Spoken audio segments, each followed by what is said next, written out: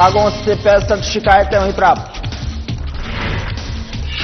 रायवाला में पुलिस ने स्मैक तस्कर को किया गिरफ्तार। कस्बे से 30 ग्राम स्मैक और 158 ग्राम चरस हुआ बरामद। ब्लिंकिट डिलीवरी बॉय बनकर करते थे तस्करी।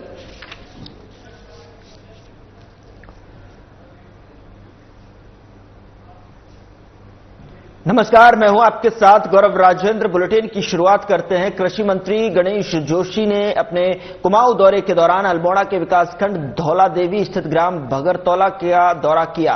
बता दें, ग्रामीण मंत्री जोशी का पारंपरिक रीति रिवाजों के साथ में गर्मजोशी से स्वागत किया, तो वहीं कृषि मंत्री जोशी ने चौपाल के माध्यम से कृषकों के साथ संवाद किया, उनकी समस्याएं सुनी और सुझाव भी प्राप्त किए। उन्होंने पॉली हाउस का स्थलीय निरीक्षण कर स्थिति का विस्तृत अवलोकन किया। भगरतौला ग्रामीणों ने कृषि मंत्री को अवगत कराया कि जिला योजना एवं उद्यान विभाग द्वारा स्थापित 100 से अधिक पॉली हाउस में क्लस्टर आधारित कृषि की जा रही है, जिसमें आलू, शिमला मिर्च, गोभी, मेथी, धनिया, मिर्च, सब्जियों की खेती हो रही है। इससे स्थानीय किसानों की आय में बढ़ोतरी हुई है और आजीविका मजबूत हुई है। मंत्री जोशी ने किसानों के इस प्रयास की सराहना की है। इसके साथ ही उन्होंने स्वयं देवता समूह की लखपति दीदियों से भी वार्ता किया।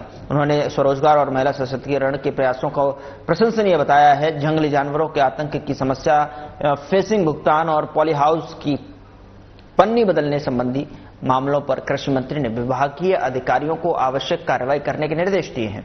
भगरतौला गांव के दौरे में कृषि मंत्री ने किसानों को भरोसा दिलाया कि सरकार उनकी समस्याओं के समाधान के लिए प्रतिबद्ध है और कृषि क्षेत्र को सशक्त बनाने के लिए हर संभव कदम उठाए जा रहे हैं। साथ ही कृषि मंत्री गणेश जोशी ने नैनपट चाय बागान का अवलोकन कर कार्य कर रहे लोगों से वार्ता की। इसके उपरांत कृषि मंत्री गणेश जोशी ने नैनी गांव और तरुला गांव पहुंचकर किसानों की समस्याएं सुनी और अधिकारियों को समाधान के निर्देश दिए। नैनी गांव में कृषि मंत्री गणेश जोशी ने पानी लिफ्टिंग के लिए कार्य योजना तैयार करने के निर्देश दिए। इस दौरान उन्होंने किसानों को कृषि यंत्र भी प्रदान किए। बता दें कि कृषि मंत्री जोशी ने अधिकारियों को निर्देश दिए कि केंद्र और राज्य सरकार की सभी कृषि और उद्यान योजनाओं को न्याय पंचायत स्तर तक पहुंचाने के लिए कैंप लगाए जाएंगे, ताकि अंतिम व्यक्ति एक योजना का लाभ सुनिश्चित हो सके। उन्होंने कहा कि सरकार की प्राथमिकता है कि हर किसान तक बेहतर सुविधाएं, अनुदान और नई तकनीकी समय पर उपलब्ध हों।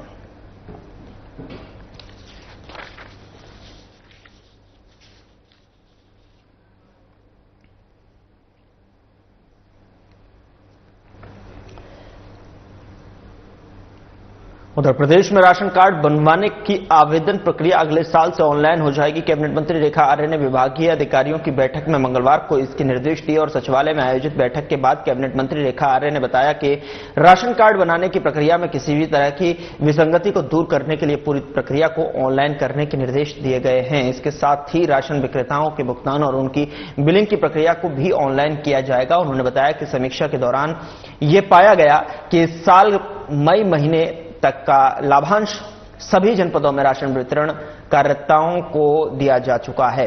बता दें कि अगले 3 महीनों का लाभांश भी 2 से 3 दिन में उन्हें भेज दिया जाएगा। कैबिनेट मंत्री रेखा आर्य ने बताया कि इस साल अब तक केंद्र सरकार द्वारा दिए गए लक्ष्य के सापेक्ष 98% धान की खरीदी हो चुकी है। लक्ष्य को बढ़ाने के लिए केंद्र सरकार के साथ पत्राचार किया जा रहा है, जिससे कि प्रदेश के अन्य धान किसानों की फसल भी MRP पर खरीदी जा सके।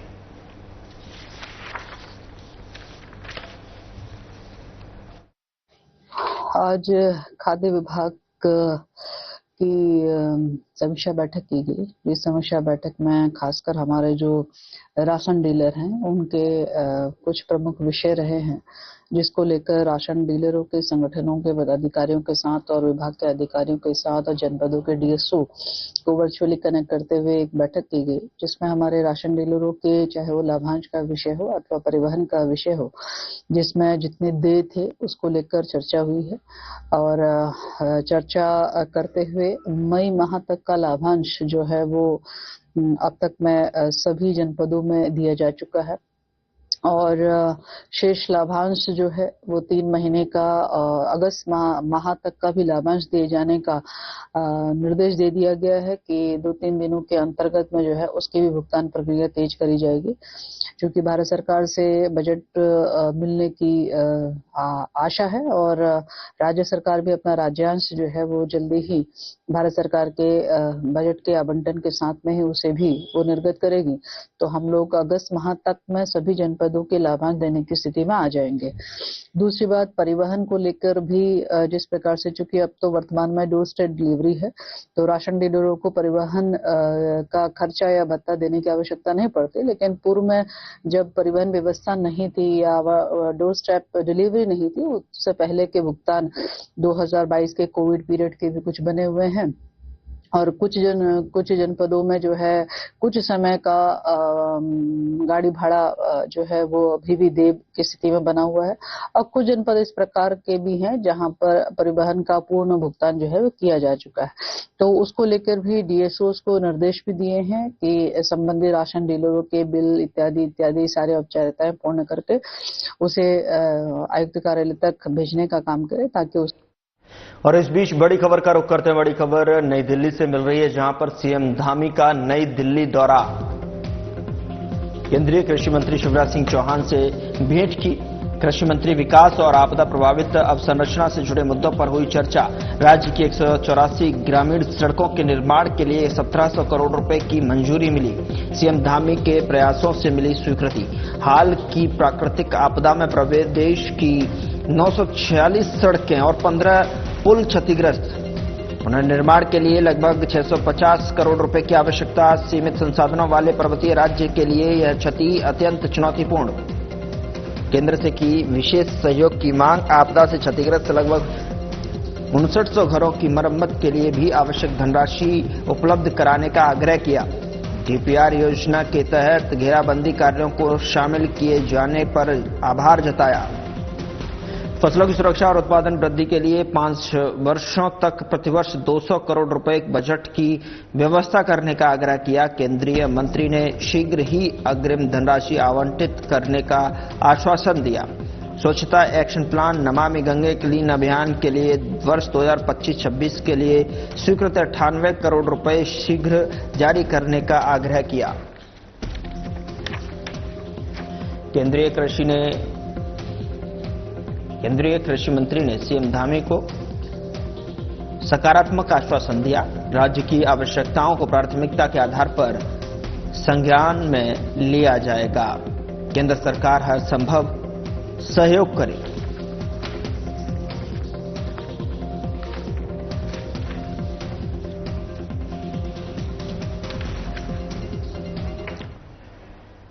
खबरों में आगे बढ़ते हैं। बीते दिन नरसिंह एकता मंच के मुख्यमंत्री आवास कूच के दौरान पुलिस कर्मियों द्वारा नरसिंह अधिकारियों के साथ अभद्र व्यवहार कर उन्हें चोटिल करने की कोशिश की गई, जिसके खिलाफ महिला कांग्रेस ने देहरादून में पुलिस मुख्यालय कूच किया। और इस दौरान महिला कांग्रेस की प्रदेश अध्यक्ष ज्योति रौतेला ने नेतृत्व में भारी संख्या में महिला कांग्रेस की कार्यकर्तियों ने पुलिस मुख्यालय का घेराव करने का प्रयास किया, लेकिन पुलिसकर्मियों ने वहां से पहले बैरिकेडिंग लगाकर उन्हें रोक दिया, जिसके चलते महिला कांग्रेस की कार्यकर्तियों और पुलिसकर्मियों के बीच में धक्का मुक्की हुई। पुलिस ने बाद में उन्हें गिरफ्तार कर लिया। इस बीच महिला कांग्रेस की प्रदेश अध्यक्ष ज्योति रौतेला ने कहा कि पुष्कर सिंह धामी की सरकार द्वारा पुलिस प्रशासन ने नर्सिंग अधिकारियों के साथ अभद्रता की है। मुख्यमंत्री धामी को मॉरल ग्राउंड पर अपने पद से इस्तीफा दे देना चाहिए या फिर खुद जनता के सामने आकर माफी मांगनी चाहिए। वहीं इस मामले पर सीओ प्रेमनगर रीना राठौर ने कहा कि नर्सिंग अधिकारियों के साथ हाथापाई होने के प्रकरण को गंभीरता से लेते हुए पुलिस प्रशासन ने जांच बैठा दी है।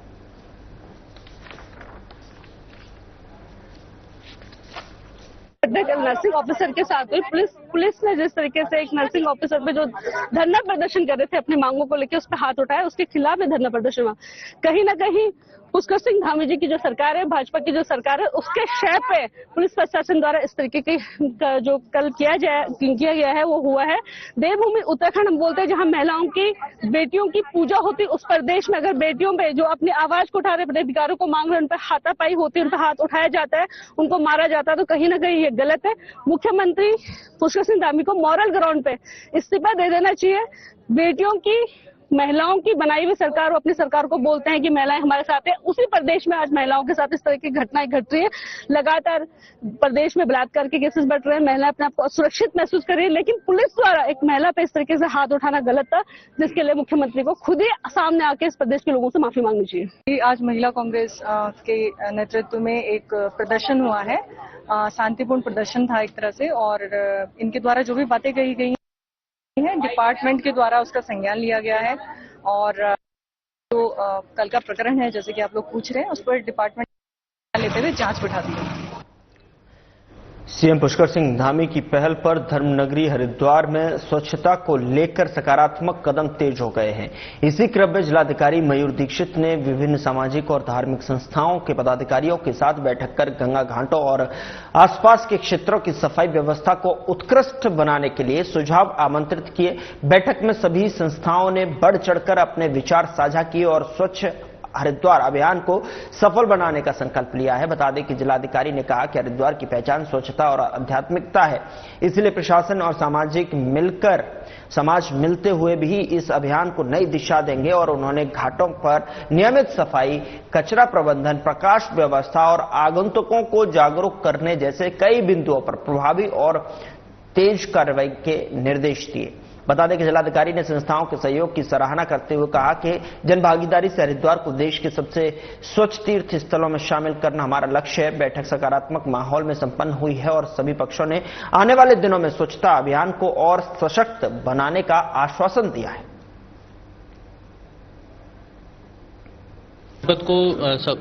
हमारे पूरे राज्य का नहीं, पूरे भारत का सबसे स्वच्छ और सुंदर जनपद बनाने के लिए माननीय मुख्यमंत्री जी की अपेक्षा के अनुसार हम कार्रवाई कर रहे हैं और इसमें जगह जगह सफाई अभियान के साथ साथ लोगों को कैसे इस कार्यक्रम में जोड़ा जाए, उसके लिए आज एक यहाँ पर बैठक की गई थी, जिसमें गैर सरकारी संगठन, कई संस्थाएं यहाँ पर आई।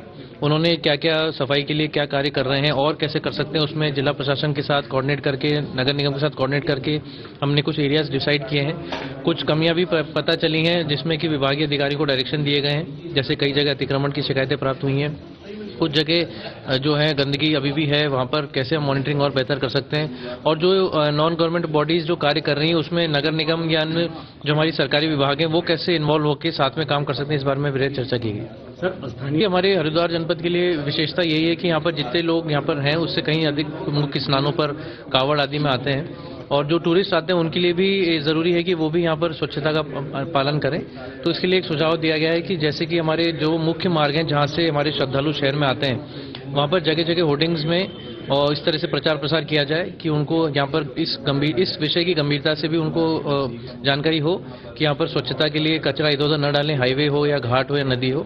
साथ ही जो हमारे मुख्य धार्मिक स्थल है या जहाँ पे क्राउड आता है वहाँ पर लाउड स्पीकर या अन्य माध्यमों से भी लगातार इस बारे में अनाउंसमेंट्स किए जाए। कीर्तिनगर कार्यालय परिसर में डीएम नितिका खंडेलवाल की अध्यक्षता में तहसील दिवस आयोजित किया गया और इस मौके पर विभिन्न विभागों से संबंधित 65 शिकायतें प्राप्त हुई हैं। इनमें अधिकांश शिकायतें पेयजल और विद्युत से संबंधित रहीं। तहसील दिवस पर फरियादियों ने लोनिवि की सड़कों की दशा ठीक कराने की मांग की है। साथ ही खेल और युवा कल्याण विभाग द्वारा निर्मित कराए जा रहे खेल मैदानों को शीघ्र बनाए जाने की मांग की है। चिलेडी जिला पंचायत सदस्य उत्तम सिंह असवाल के क्षेत्र में विद्युत सब स्टेशन खोलने और पूर्व में क्षेत्र के स्थानीय काश्तकारों की बैल जोड़ी और बकरी की करंट लगने से हुई मौत का मुआवजा दिलाने संबंधी पत्र पर जिलाधिकारी ने एसडीएम कीर्तिनगर और विद्युत विभाग को प्रस्ताव प्रस्तुत करने और मुआवजा देने के निर्देश दिए। इस दौरान स्थानीय लोगों ने श्रीनगर रेलवे स्टेशन का नाम नेथाड़ा रानीहाट करने की मांग की है। उनका कहना था कि रेलवे स्टेशन जिस स्थान पर बनाया जा रहा है उसी नाम से जाना चाहिए और जिस पर जिलाधिकारी ने अवगत कराया कि इस संबंध में पत्र व्यवहार किया जाएगा। माननीय मुख्यमंत्री जी के क्लियर निर्देश रहते हैं कि हम लोग ज्यादा से ज्यादा जो सरकार है वो जनता के द्वार जाए, तो उसी के क्रम में ही तहसील दिवस हम लोग आयोजित करते हैं। लास्ट तहसील दिवस हमने गजा में किया था, ये तहसील दिवस हमने आज कीर्तिनगर में किया है और यहाँ पे आने में जो मेजर शिकायतें हैं वो देखें तो पेयजल और पेयजल की समस्या है। जल संस्थान जल निगम के कुछ वर्क्स हैं जो कंप्लीट होने हैं ताकि काफी सारे गाँव को जो पेयजल आपूर्ति है वो पूरी हो जाए।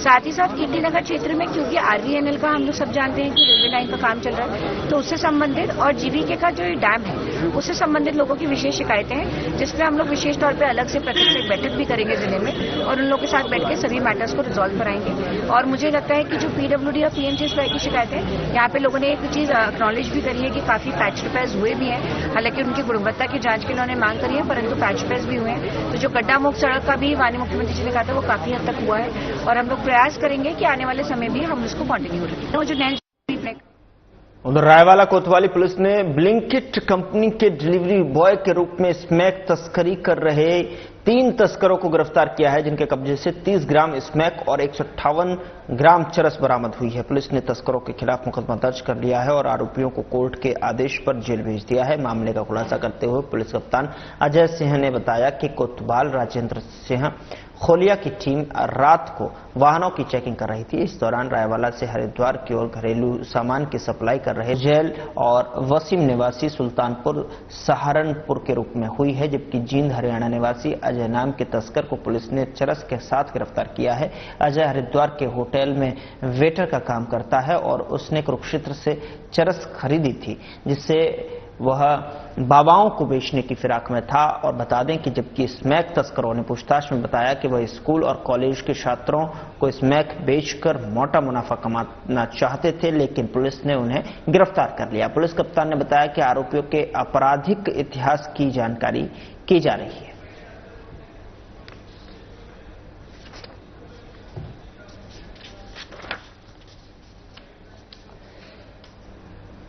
उधर रुड़की की गंग नहर कोतवाली क्षेत्र के पाडली गुर्जर गांव में सरकारी नाले की रास्ते को लेकर 2 पक्षों के बीच हुए बड़े विवाद में एक पक्ष ने दूसरे पक्ष पर दबंगई, जमीन पर कब्जे की कोशिश और धारदार हथियारों से हमला करने के आरोप लगाए हैं। बता दें कि 5 दिसंबर को दोनों पक्षों के बीच हुए खूनी संघर्ष में कई लोग गंभीर रूप से घायल हुए थे। घटना की सूचना मिलते ही पुलिस मौके पर पहुंची और घायलों को अस्पताल भेजा गया।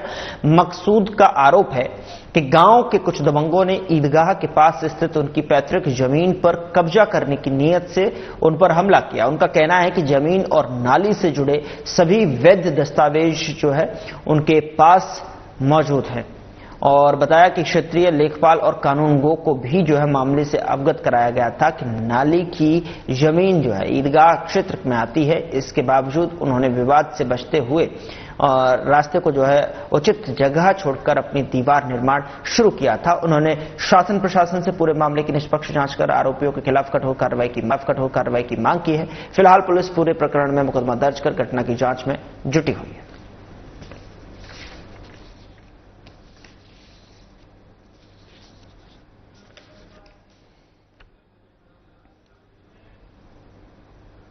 उधर रेलवे भूमि अतिक्रमण मामले में कल सुप्रीम कोर्ट में होने वाली अहम सुनवाई से ठीक पहले हल्द्वानी प्रशासन ने सुरक्षा व्यवस्था को बेहद पुख्ता कर दिया है। दरअसल आपको बता दें, किसी भी अप्रिय घटना को रोकने और शांति व्यवस्था बनाए रखने के लिए पुलिस और प्रांतीय सशस्त्र कांस्टेबलरी ने जो है बनभूलपुरा के संवेदनशील इलाकों में फ्लैग मार्च निकाला। लगभग 400 से अधिक पुलिस और पीएससी के जवानों ने संयुक्त रूप से फ्लैग मार्च किया, क्षेत्र का जायजा लिया। पूरे बनभूलपुरा में बैरिकेडिंग कर दी गई है और लोगों से शांति बनाए रखने की अपील की जा रही है।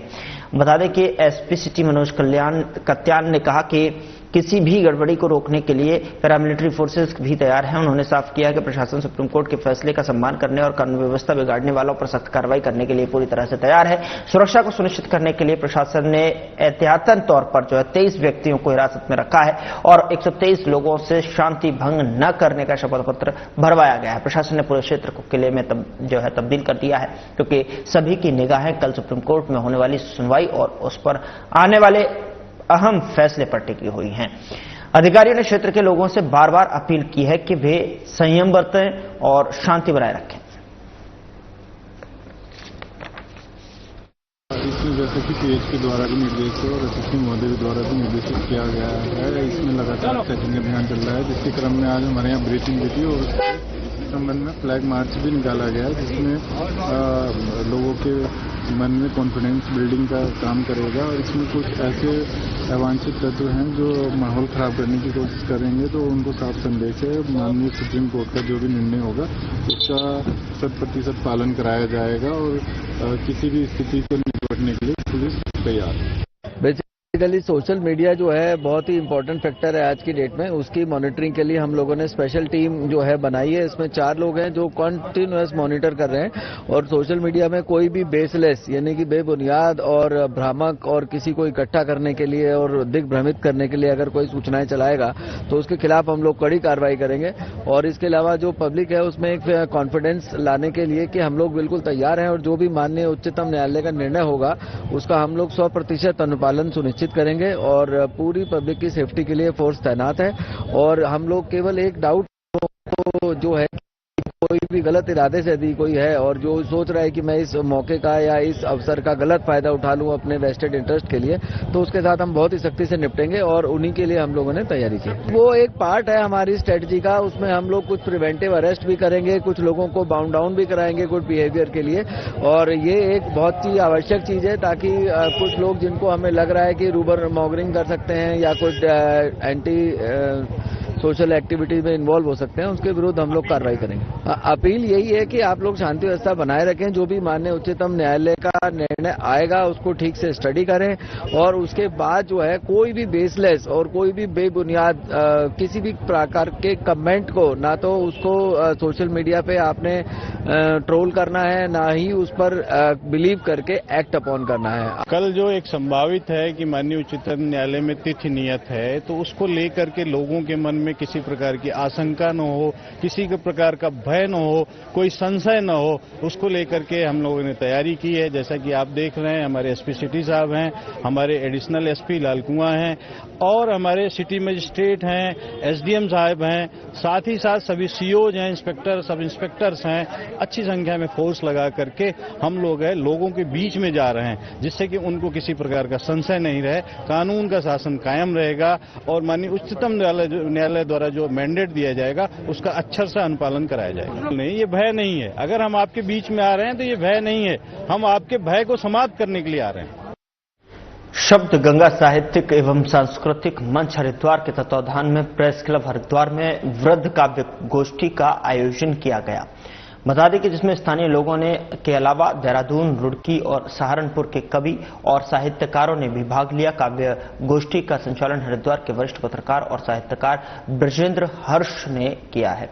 बता दें कि काव्य गोष्ठी की अध्यक्षता देहरादून से पधारे उत्तराखंड के प्रख्यात एवं वरिष्ठ साहित्यकार असीम शुक्ला ने की और साथ ही मुख्य अतिथि के रूप में प्रदेश के नामचीन शायर अंबर खरबंदा उपस्थित रहे। विशिष्ट अतिथि के रूप में सहारनपुर से पधारे वरिष्ठ साहित्यकार और कवि डॉक्टर विजेंद्र पाल शर्मा और देहरादून से पधारे वरिष्ठ साहित्यकार कवि शिव मोहन सिंह उपस्थित रहे। कार्यक्रम के संयोजक ब्रजेंद्र हर्ष ने बताया कि इस आयोजन को साहित्यिक होने के कारण बृहद काव्य गोष्ठी नाम दिया गया है। गोष्ठी में सभी आमंत्रित कवियों ने सरस काव्य पाठ किया। अंत में समाज में विशिष्ट सेवा के लिए एक चिकित्सक डॉक्टर मनीष कुमार, एक वरिष्ठ पत्रकार रविंद्रनाथ कौशिक और एक वरिष्ठ समाज सेवी जगदीश लाल पाहावा को अध्यक्ष और मुख्य अतिथि द्वारा सम्मानित किया गया। देखिए, सवाल इस बात का है कि साहित्यिक गोष्ठियां कहां तक मूल्यों का विस्तार करने में कहां तक सहयोग करती हैं, ये कवियों पर और साहित्यकारों पर निर्भर करता है। हम अध्ययन मनन करके और साहित्य के लिए जो काम कर रहे हैं वो किसी के लिए नहीं कर रहे हैं, हम मनुष्यता के लिए कर रहे हैं। और मनुष्यता का विस्तार, मनुष्यता की रक्षा अगर कोई कर सकता है तो वो साहित्य ही कर सकता है। जैसा कि मैंने कहा कि साहित्य के क्षेत्र में जो जो विभूतियां हुई हैं वो सारी की सारी विभूतियां आज हमारे मार्गदर्शन को करती हुई अपनी रचनाओं के माध्यम से हमारे हमेशा साथ हैं। तुलसी से लेकर के निराला आदि तक जो है हम जब देखते हैं कि वे सब लोग हमारे लिए आदर्श हैं और हमको उनके दिखाए हुए रास्ते पर हमको चलना चाहिए। फिलहाल बुलेटिन में इतना ही। नमस्कार।